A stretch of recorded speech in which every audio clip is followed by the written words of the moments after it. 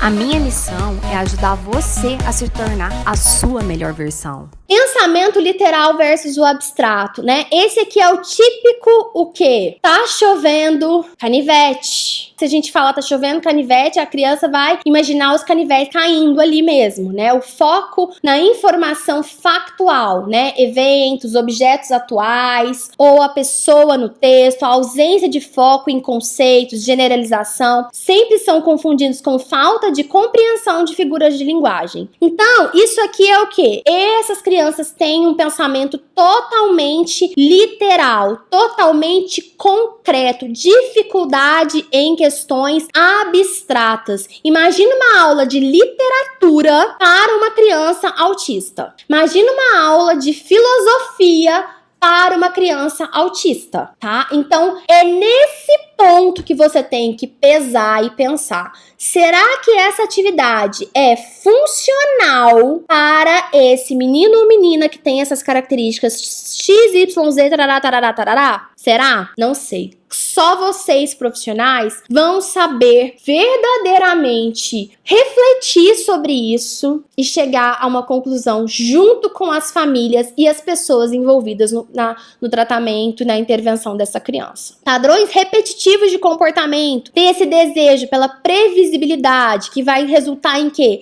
Padrões rígidos em horários, em rotinas, em pensamentos. Então, só essa questão do fonema B com A faz ba e hora B com A faz ban é totalmente uma quebra de rigidez, né?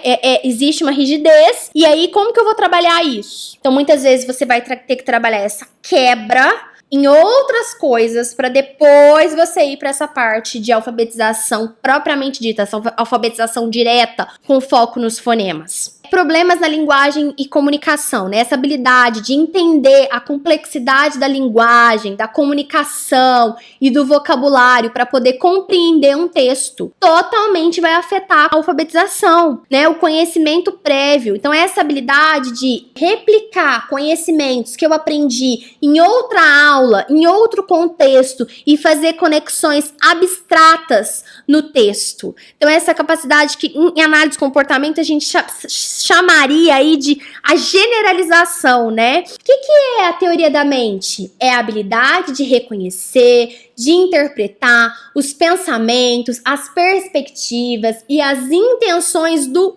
outro para prever os comportamentos, as emoções das outras pessoas através da sua linguagem corporal, das suas expressões faciais. Então, essa é a teoria da mente.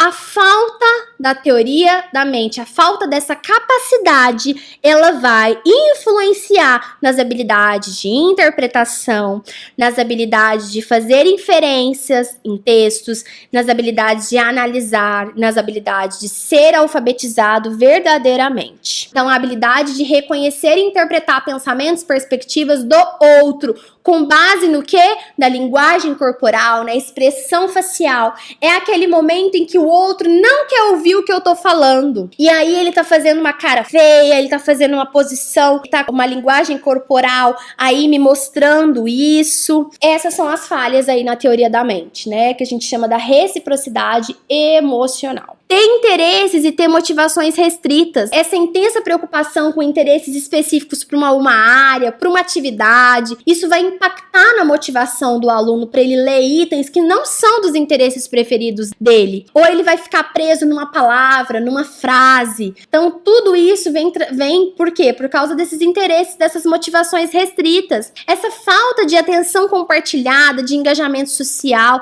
Por que as fonos batem tanto nessa tecla da atenção compartilhada? Tá sempre ali provavelmente falando com as famílias, que começa ali desde o brincar e ensinar esse processo de atenção compartilhada, e as fonos que estão estudando sobre análise de comportamento, conseguindo fazer isso através do conceito de reforço, entender sobre reforço do indivíduo, o que é reforço para um indivíduo, o que é motivação para um indivíduo, sob a ótica da análise do comportamento, com certeza estão fazendo um excelente trabalho trabalho ao ensinar aos pais a como ensinar seus filhos atenção compartilhada e engajamento social. Então, essa habilidade de responder, de engajar com experiências compartilhadas, né, incluindo o olhar para os outros, entender como que o outro se sente sobre as suas experiências, e assim ele aprende o quê? Ele aprende a imitar o outro, e assim ele aprende o quê? Novas habilidades. Uma coisa tá ligada, uma coisa encaixa na outra, tá encadeada.